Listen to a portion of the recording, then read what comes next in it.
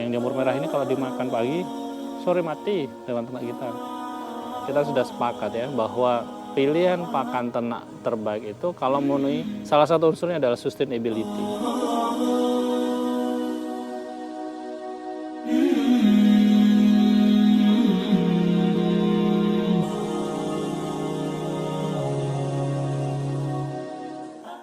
Bismillahirrahmanirrahim. Assalamualaikum warahmatullahi wabarakatuh.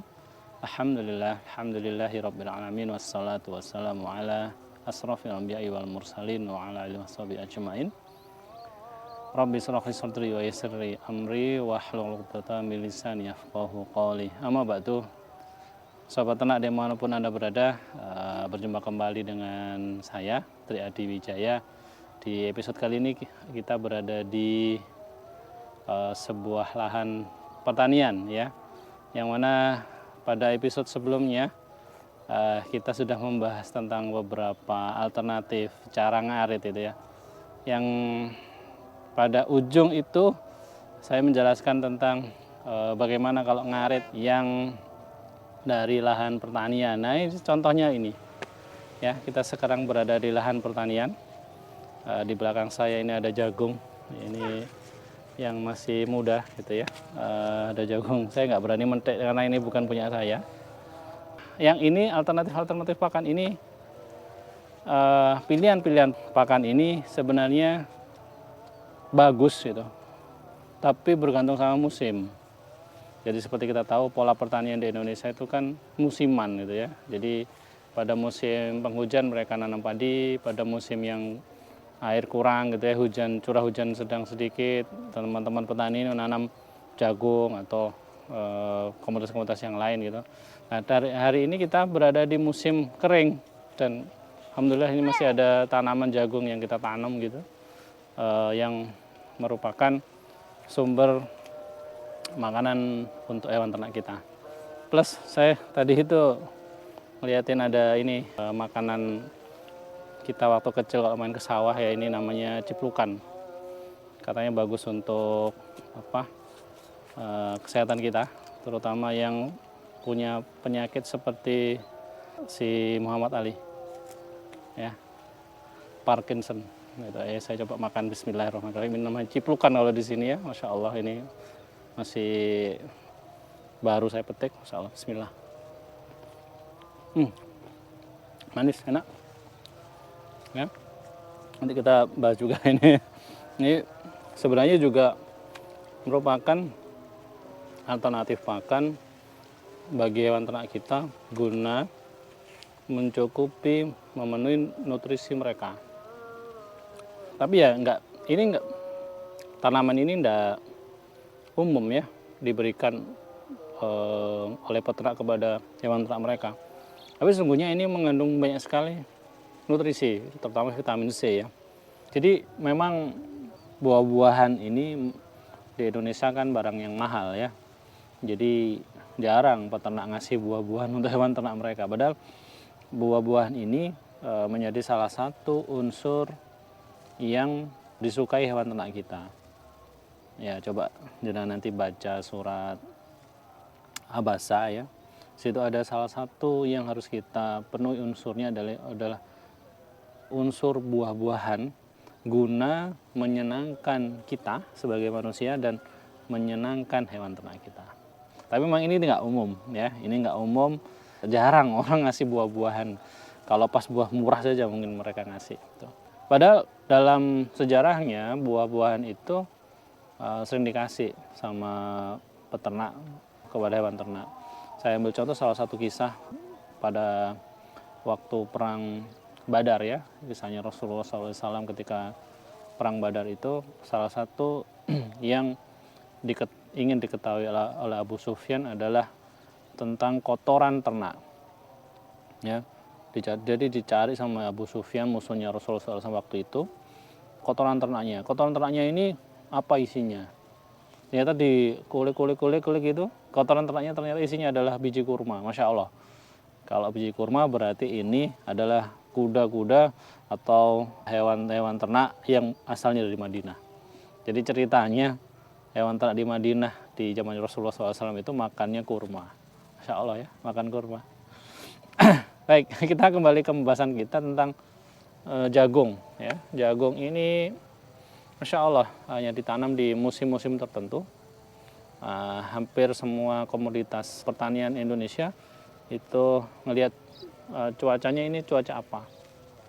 Ya, kalau cuaca kering ya nanam jagung atau gandum, kalau cuaca basah gitu ya, hujan lagi tinggi, nanamnya padi. Rata-rata begitu. Nah, apa nih siasah kita? Karena tadi kita sudah sepakat ya bahwa pilihan pakan ternak terbaik itu kalau memenuhi salah satu unsurnya adalah sustainability. Jadi ada sepanjang waktu, ada sepanjang musim gitu ya, hingga hewan ternak kita nggak perlu puasa gitu. Nah, karena ini musiman, maka ada beberapa teknik untuk nyimpan, ya beberapa teknik untuk nyimpan agar ini bisa kita kasih makan ya bertahap lah gitu ya. 1 bulan, 2 bulan, 3 bulan gitu bertahap gitu kasih.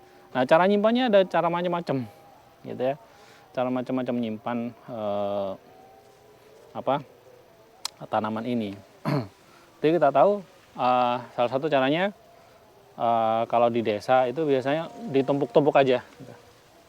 Ya, ditumpuk-tumpuk aja ya, jagungnya ditumpuk gitu. Pohon jagungnya, tebonnya ini ditumpuk udah. Nanti kalau perlu kasihkan makan hewan ternak gitu. Jadi nggak perlu teknik yang macam-macam gitu ya. Tapi saya ingin kenalin ada 2 teknik untuk nyimpan pakan kita yang lebih modern lah bahasanya begitu. Karena ya kalau biasanya kendalanya itu numpuknya ini kadang-kadang sembarangan gitu. Numpuknya sembarangan sehingga muncul jamur gitu. Ya, muncul jamur yang itu bahaya.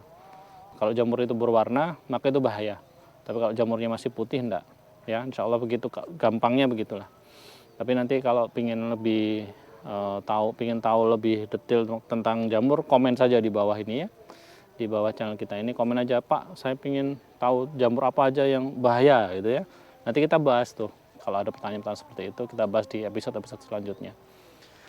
Nah, cara pertama untuk nyimpan adalah dengan cara difermentasi.